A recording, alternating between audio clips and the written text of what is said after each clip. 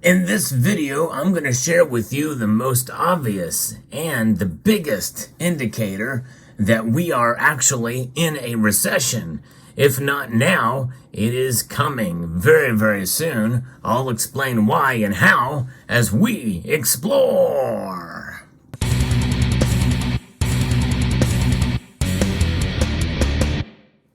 Recessions are something that many of us do not want to see, but it's been talked about for a lot of times among various different economic circles and commentators, and most believe it is coming at some point in time, if it's not already here. Nonetheless, I believe now we are starting to see more and more signs that we're heading in that direction, based off the metrics that we've talked about and discussed on this channel. But it's also how gold and silver will be affected by it as well. Silver and gold is the most important thing that we think of about stability, of sound money. And in these times, the prices of gold and silver definitely are something to consider. And what happens to gold and silver's prices during a recession? Well, we'll talk about that too. If you enjoy videos like this where I talk about gold and silver, economics, and currencies, I hope you will consider subscribing to the channel.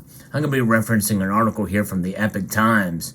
Every recession since the Second World War has been marked by a systematically declining revenue stream to Washington. And it makes sense because if there's an economic slowdown, well, that's less tax revenue that can be collected by the government. And it's not just about a decline in the rate of the increase, it's about an actual falling rate of revenue. And that's how they kind of can take these numbers and twist them around. That's baseline budgeting. They use that rate of increase, slower rate of increase for this baseline, how they kind of, get around the numbers to make it seem like there's cuts when there's not cuts in spending. Without exception, every period of below zero revenue increase rates has also been a recession, except for one in 1964. But in that case, it was a blip on the radar, an anomaly. And the exception proves the rule. What is that rule? Well, you can wait for a recession to be declared, or you can follow the falling revenue streams. And each one of those works. We're experiencing a tremendous decline in the revenue being pillaged right now. This is because less wealth is being made to tax. The less productivity there is, the less wealth and profits are generated, and the less is owed to the government. And it should be noted that recessions hit governments too. And what does contribute to recessions? Well, in part, it very well could be that government stifles the economy by raising taxes on job creators and businesses who actually help stimulate the economy through the free market, which is why I've always been against a big government and high taxes. And that's kind of where we're at. Tax receipts to the federal government are now down dramatically, about 10% year over year in the last quarter. And when you look at a chart of this stuff, it is kind of amazing to see that every time there's a recession, there is either a very large dip in revenues at or near the recession period. And again, it goes back to the timing of that. In most all of these cases, the bigger the recession, the longer it lasts, the bigger the drop in revenue. Just makes perfect sense. In fact, during the 2007 and 2008 crisis, when we saw the revenue go down, it fell the most, actually, when those tax receipts were coming in. Many people feel that we may be headed in that direction again. And by the way, during that time, gold and silver were down fairly dramatically during that period. Will that happen again? Well, I'll talk about that later in the video, but let's keep going here. What about the revenue spike that we saw in 2021? It was a result of trillions of dollars in stimulus payments to individuals and businesses, as we remember. And that's right, it was money in and money out. In other words, it was money that was printed and created by the government only to come back in to stimulate the economy. That was a false sense of it. Think of it like a steroid injection. All the better for the government that inflation wore out the value of these dollars after just 1 year. That led to the inflationary environment we find ourselves in. It's probably the greatest economic head fake, essentially, in modern history. an utter sham to prosperity in the midst of lockdowns that was revealed once the Fed monetized all of the resulting debt. But that trick didn't last, and I remember getting those checks and talking to you, the audience, when I got my $1,200. I put it towards gold, towards sound money like this, and but nonetheless, I knew that it was not a good thing. They say that if you think that something is expensive now, just wait until it's free from the government.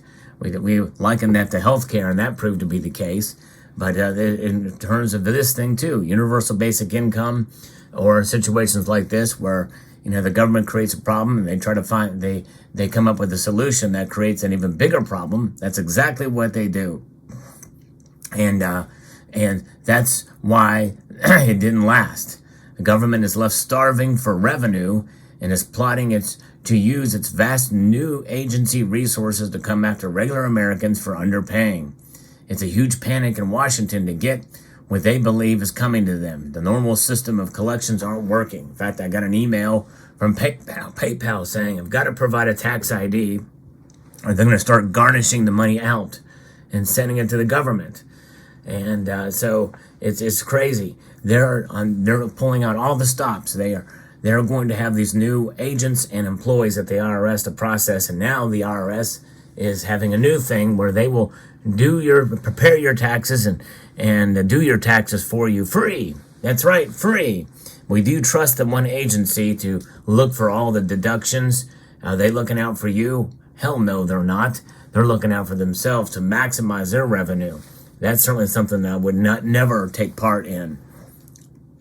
So this is a huge panic, and so they are going to be trying to expand their collection because the normal systems of collecting aren't working. Every indication based off of dollars and cents that we're already in this recession. More than that, we're probably never left the recession from 2020.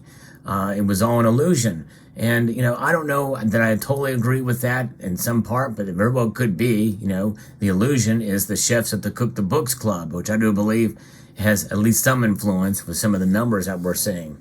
We're stuck in low to no growth, which even the gross domestic product data reveals within normal margins of error.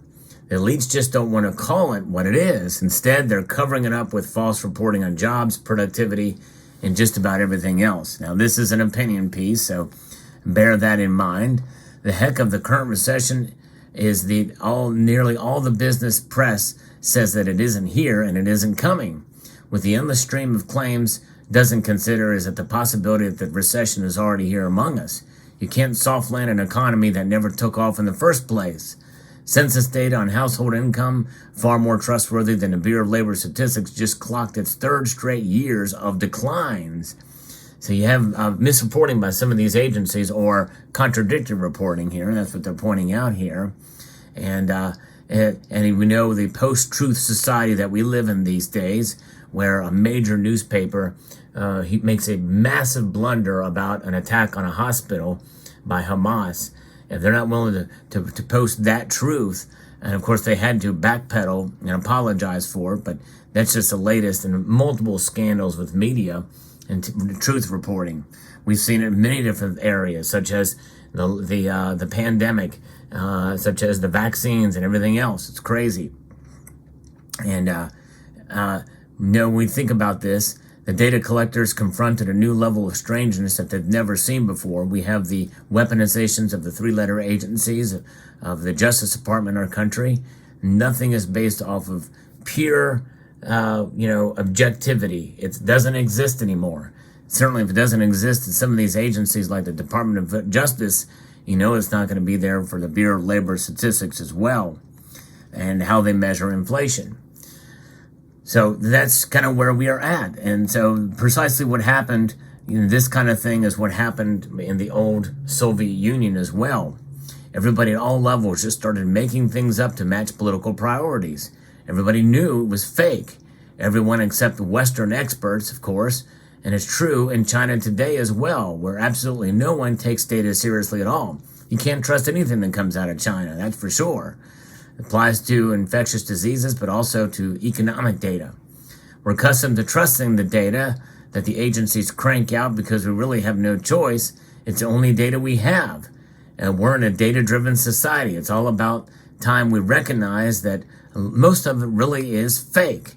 And one of the real revenues coming in for the federal government is that, they're not lying about that. It's impossible to invent.